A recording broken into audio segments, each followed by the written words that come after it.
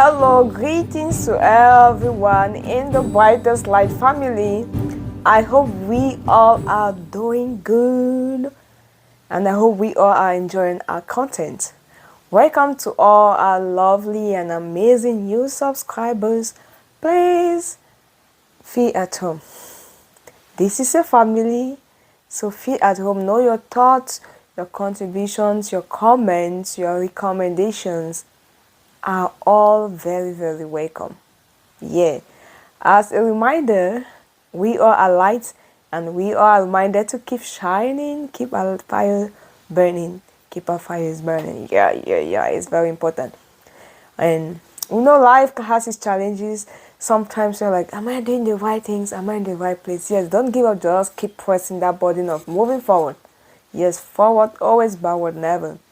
Yes, amazing, great, and awesome people. We always have like these topics to encourage and remind us of the light we are and to enforce that good mindset that has to remind us, I have to keep us going, let me put it that way. That mindset that says, oh, I have to go, I have to keep moving. So yes, we all have enough time, but you know the reality is sometimes we get so busy and we feel like we don't have enough time.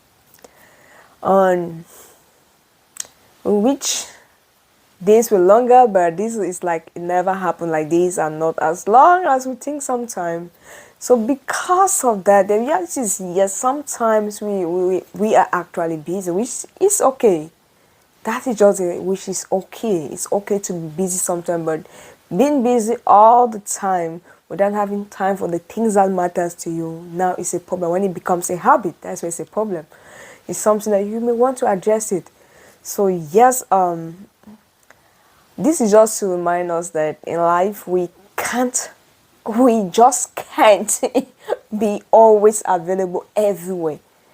You can't be available where there's gossip. You can't be available at your work. You can't be available for everybody like anything, any day, anytime. It's not going to be happen. So we just want to remind us that for us to be productive, healthy, happy, we want to intentionally choose where we are always available. There are places that we ought to always be available. Things that make you happy. Yeah, things that or places that you are needed and highly valued. You need to be available there. So sometimes we are too available in the wrong places. Yeah, too available. Something for example, you getting up and minding another person's business. What is this person eating? When you don't have any part to play to maybe look, you're not asking that to look if you want to help that person to get food, but just to be informed, just to know what is happening, what is that person doing, what. So we sometimes put ourselves in those situations that keeps us so busy that guess what? It does not add your earning. It does not add your happiness. It does not do anything to you. And also sometimes we get so busy complaining. That's another thing. We get so busy like this is not going. This and guess what? The more you focus on a problem, like the more you stay on a problem, the less you see the solution because you continue to justify this is a problem. This is why you can't go. But imagine someone will say, oh, this is really a problem, but what can I do? So what can I do take you away from this cannot happen? This will not change. So staying too much on a problem is some of the things that we don't want to be too available in justifying a problem or explaining why it is a problem. So we want to be available where there is solution. So yes, we all have 24 hours each year, and guess what? Convert it to the actual international systematic unit for time. Guys, the SI unit for time is going to be 24 hours times the number of minutes in an hour, that is 60, times multiplied by 60 seconds. That is going to give you something above, let me say around 86,400 seconds. That's a lot of time. The question is, what do we do with this time? What do we do with this time? So we all have different priorities, which is something I always like to acknowledge and say. We all have different priorities. We have different things that make us happy. sometimes we also get ourselves so busy wasting time on trying to impress others, trying to look rich, trying to look happy. The fact you're trying to look rich doesn't make you rich. The fact you're trying to look happy doesn't make you happy. But the fact you taking out time to look things that can make you happy, obviously eventually you will find out something. You taking out time to look something that can make you get that amount of weight you need, you will get it. So life is all about programming. That is the baseline of this conversation. So if at the end of the day we don't get anything, we all should have in mind that we all are fully responsible for what we do with that time. God gives us time each moment, each day, each second. Now it's our decision to decide that, okay, I'm going to do this with this time. But sometimes we just leave. We just get up. We don't have program. We just follow the crowd. We just change whatever happened for the day. We get going, and that is a problem. That is a call for concern. Because doing that, you will be seeing time going, things like nothing is changed. You're basically the same way. Still trying to look rich, but not rich. Still trying to impress, yet you're not happy.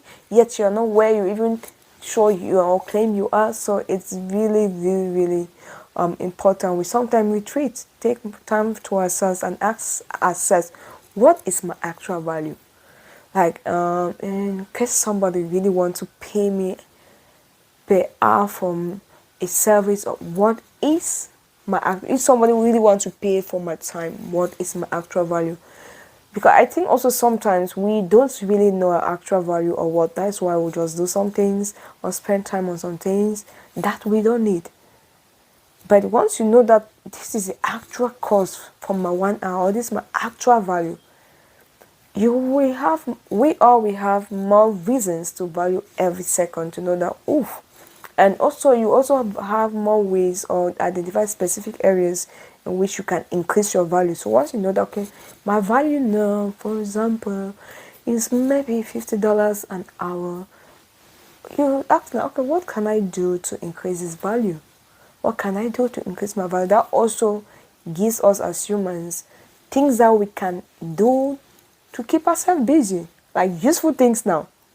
Things that we can do to empower ourselves to increase your earning. Because at the end of the day, people will pay us, like it or not, based on our value. Yeah, before someone call you for yourself, the person have already put you at a certain level. So there are people that by the time they are calling, you know that, oh, this person is really not available. This person, but he or she is highly proficient in whatever he or she is doing. So I need to make sure I pay the person well, not to miss the person. And I also know this person, so I have to make sure I book my appointment on time. But guess what? If you're this person that they know that, oh, the value, I'm like, oh, are you coming or not? If not, we have alternative. We can call it so you see, those are different. So, but once we're able to keep improving our value, obviously the other things will follow. That's why the Bible says, seek ye first the kingdom of God, and every other thing shall be added unto you. Once you seek God, now this is still in us spending our time or programming our time. Sometimes we want to take God out of the picture, and it becomes it becomes hard for us. And so that's why I have to say this part of it, because that's where that's the heart of it. Let me put it that way. So this is what happened to me. How did I come to understand? It's not physics. Yes, I did physics, and I still love my physics, but that was a lot of theory and practice related to science. It's not related to my life, so I didn't relate it anyway to my life. But now, looking at the fact that you understand God, and you now see things in a different way beyond just the physical, what you see. You try to think and like, okay, what happened when I'm sleeping? What if I sleep, I don't get up? Some people don't ask those hard questions, but me, I do ask. And what happened when somebody who was just talking yesterday and today the person? So by the time you sit and be real with yourself, you ask those hard questions. Like, you become more conscious about the life, about the air, about everything that you have. The true friends, the friends, the anointed friends, the family who are always there. You value their presence, you value the work they do.